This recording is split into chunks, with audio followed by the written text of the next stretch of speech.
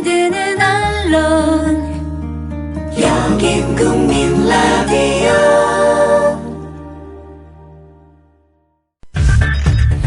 이강윤의 오늘, 이제는 정가 산책으로 함께합니다. 정치권 동향 생생하게 풀어드릴 분은요. 네, 양정대 기자 안녕하세요. 네, 안녕하세요. 씩씩합니다. 네? 씩씩하세요, 목소리가. 네, 힘이 써서 해야죠. 좋아. 네, 되는 일이 별로 없는데. 힘이 써서 좋고요.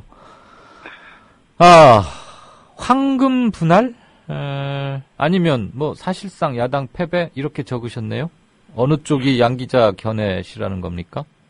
저는 개인적으로 사실 야당이 패배했다고 보는 시각인데요. 아, 예. 예. 논지를 펼쳐주십시오. 두 가지를 좀 봐야 될 것 같습니다. 일단 하나는 민심의 바로미터라고 하는 수도권 표심에서 네. 결코 이기지 못했습니다. 네. 그러니까 서울에서는 박원순 현 시장의 사실상 개인기가 컸겠죠.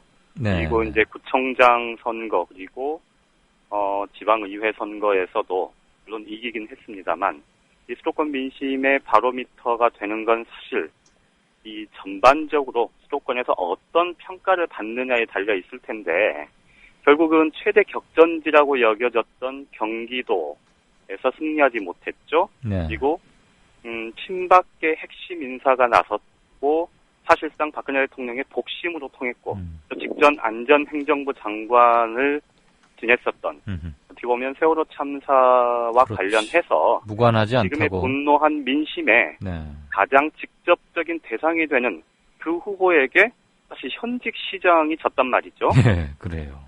이런 점을 도대체 어떻게 설명할 수 있을지 좀 실제로 야당 새정치민주연합에서는 좀 곰곰이 생각을 해봐야 될 것 같습니다. 네.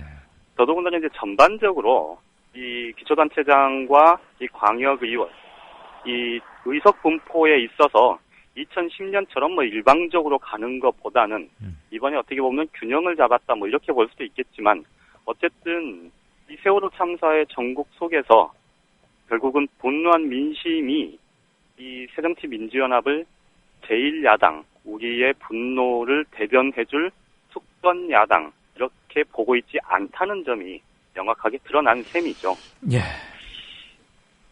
그리고 나머지 또 다른 하나는 이 점입니다. 지금 충청권에서 사실 대전, 세종, 충남, 충북 이 네 곳을 모두 석권했고 또 정치적인 상징성이 갈수록 커져가고 있고 그래서 이 충청권을 석권하는 것이 그나마 위안을 삼고 있고 그래서 사실은 17개 광역단체장 중에서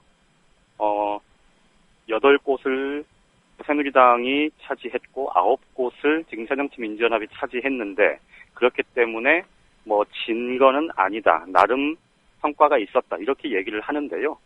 이거는 이번 지방선거가 사실 세월호 참사의 그 후폭풍 속에서 치러졌다는 건 다들 그렇죠. 인정을 할 수밖에 없는데 네. 그런데 이 새정치민주연합이 정말로 좀 놓치고 있는 거는요. 그 교육감 선거에서 전국 17곳 중에서 13곳이 이른바 진보 성향 교육감이 승리를 하지 않았습니까? 네. 물론 보수 후보들의 난립 이런 것들에 따라서 이 보수표가 분산된 효과도 있었겠지만 네.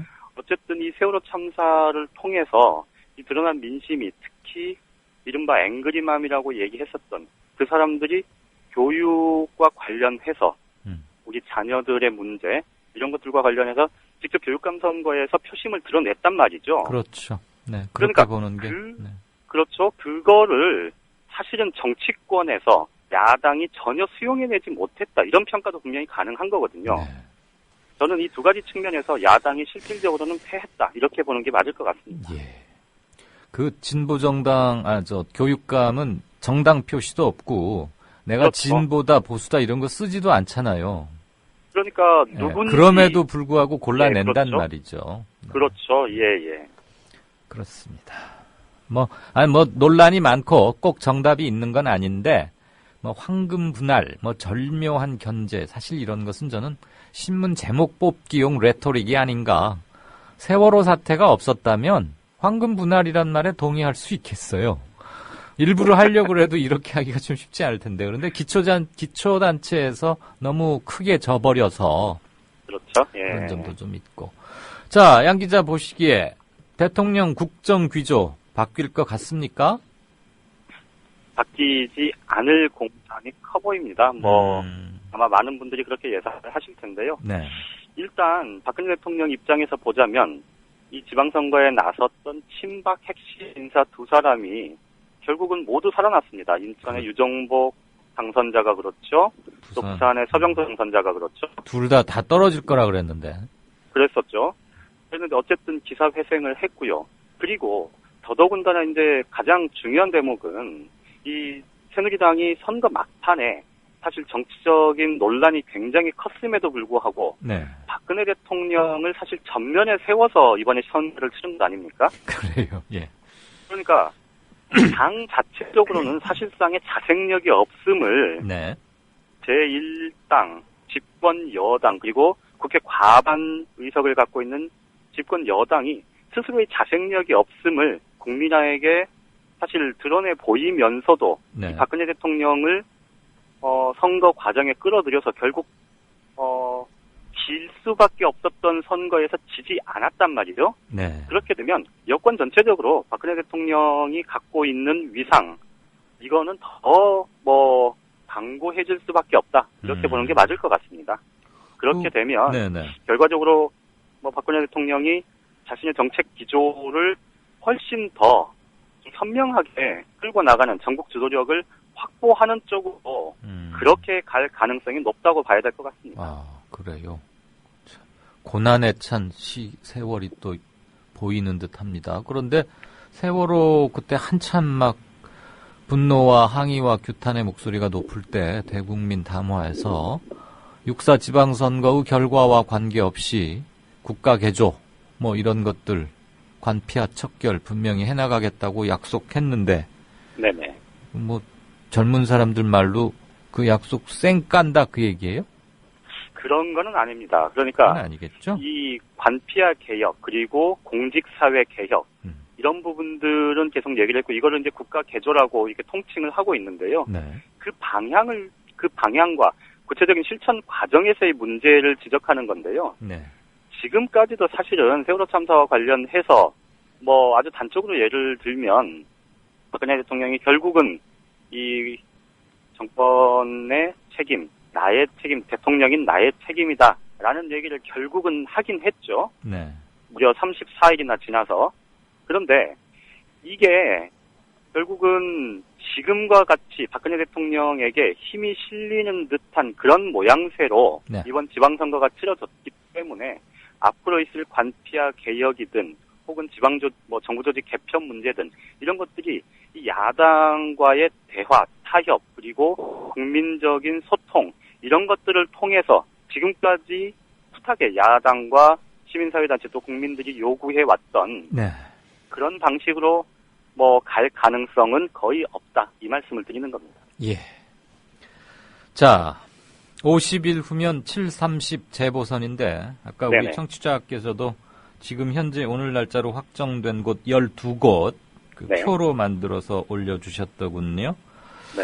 진짜 승부처 아무래도 그거 전국 단위 미니 총선에 해당할 테니까 그때까지 네네. 요 분위기가 갈까요? 어떻게 예측하세요? 너무 빠른 질문인가요? 아직은 좀 예측을 하기는 쉽지 않은데요. 네. 다만 좀 한 가지 좀 주목할 대목은 예. 어쨌든 지금 수도권에서 지금 지방선거 때문에 비계된 지역구 네. 그리고 선거법 위반으로 비계된 지역구 이게 전부에서 지금 현재 확정된 12곳 중에서 절반인 6곳입니다. 네네. 수도권에 몰려있죠. 예. 그리고 두 곳은 또 그중에 두 곳은 나머지 6곳 중에서 두 곳은 충청권입니다. 그런데 충청권과 수도권 모두에서 네, 이번. 어쨌든 새누리당이 이번 지방선거에서 아주 원사이드하게 이긴 곳은 아니지 않습니까? 그렇죠.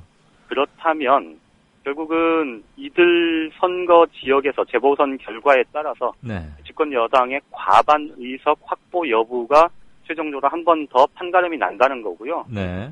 그렇게 되면 과반 의석을 확보하느냐 확보하지 못하느냐는 사실상 박근혜 정부 2년차 후반, 3년차 들어서면서 네. 이제 정말로 막바지 일해야 될 이런 준비를 해야 될 그런 시기에 아주 중요한. 국회 차원에서 어떤 뒷받침이 될 수 있느냐를 판가름하는 문제 아니겠습니까? 예.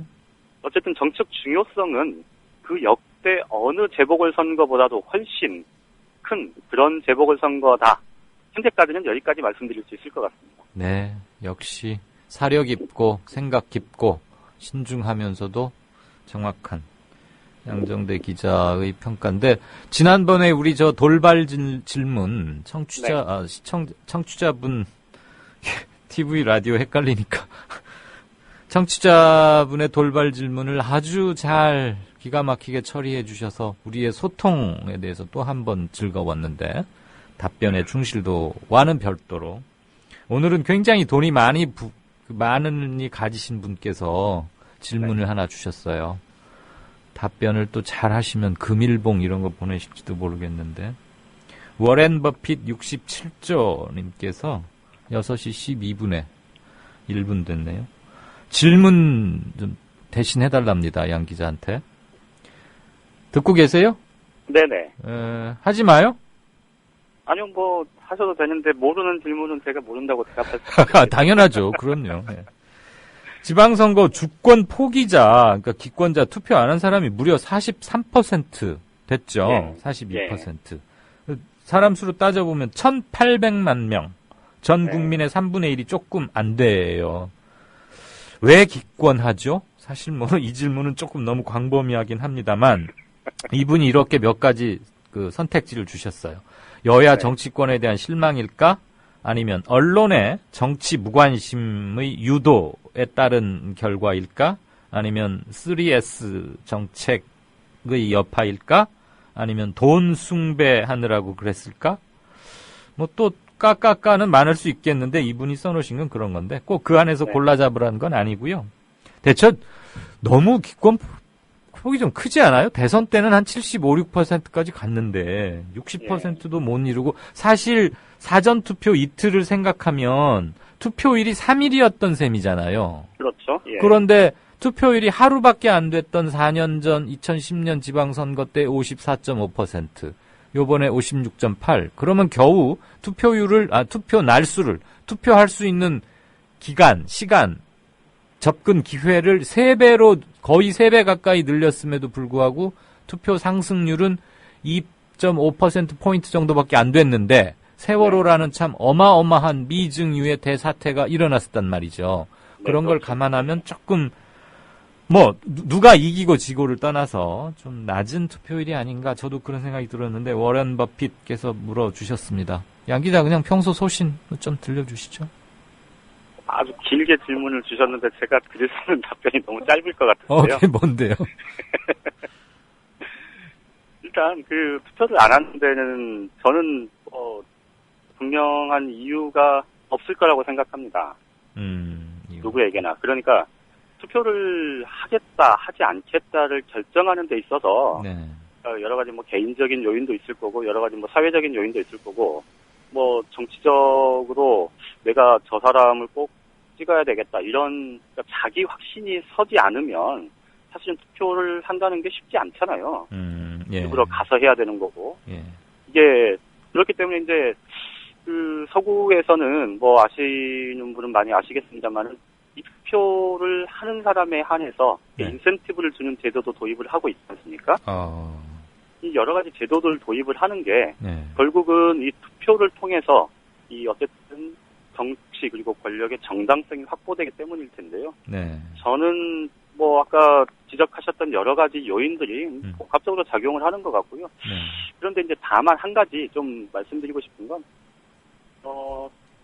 그 나이가 좀 지긋하신 분들, 특히 이제 50대, 60대 이상 분들의 투표율이 굉장히 높지 않습니까? 네. 그 높은 데에는 저는 교육의 힘이 굉장히 크다고 생각해요. 색다른. 그러니까 저는 그 교육을 통해서, 그러니까 과거에 우리의 교육이 과연 제대로 된 교육이었느냐, 이 문제하고는 무관하게 항상 이 TV든 라디오든 아니면 뭐 이런 매체를 포함해서 또는 학교 교육을 통해서 이 선거의 중요성, 그리고 투표를 반드시 해야 될 것 같은 예. 이런 분위기가 뭐 전달되는 그런 통로가 저는 굉장히 다양했다고 생각하는데요. 예. 지금 그러니까 젊은 세대들한테 그런 부분들 이게 이제 어렸을 때부터 학교 교육을 통해서 충분히 좀 전달이 되어야 될 텐데 이게 결국은 뭐 시험 볼 때 한두 문제 나오는 거 뭐 그 선거의 4대 원칙이 뭐냐 뭐 이런 거 외우는 정도로 예, 예. 그렇게 끝나고 나니까 예. 결국은 뭐 체화가 되지 않아서 저는 그 차이가 크지 않을까 싶습니다. 민주시민 교육, 살아있는 민주시민 교육이 좀 필요하다. 네, 저는 이렇게 솔직히 번역을 그거 해서 아니면 듣고 싶습니다. 아무리 날수 늘려봤자 저는 안 들어갈 것 같아요. 그래요. 이번에 솔직히 20대 사전 투표율은 좀 높아서 살짝 기대를 했는데 선관위에서 공식 연령별, 지역별, 성별 투표율 집계치를 내놓겠지만 내일쯤 아마 나오겠죠? 아, 네. 내일은 현충일이구나. 다음 주 정도면 네, 한번 좀 찾아서 보겠는데 그렇게 높았던 것 같지는 않습니다. 어쨌거나 고생 많으셨고 내일은 우리가 특집 방송합니다. 네. 내일은 90분간 이번 선거, 육사선거 정리하고 7.30 재보선이나 향후 전망 얘기 90분간 해볼 건데 양 기자하고 중간에 전화 연결해서 좀 조곤조곤 얘기 나누겠습니다. 오늘 잘 들었고요. 예, 예. 고맙습니다. 예, 고맙습니다. 지금까지 한국일보 양정대 기자였습니다. 여기는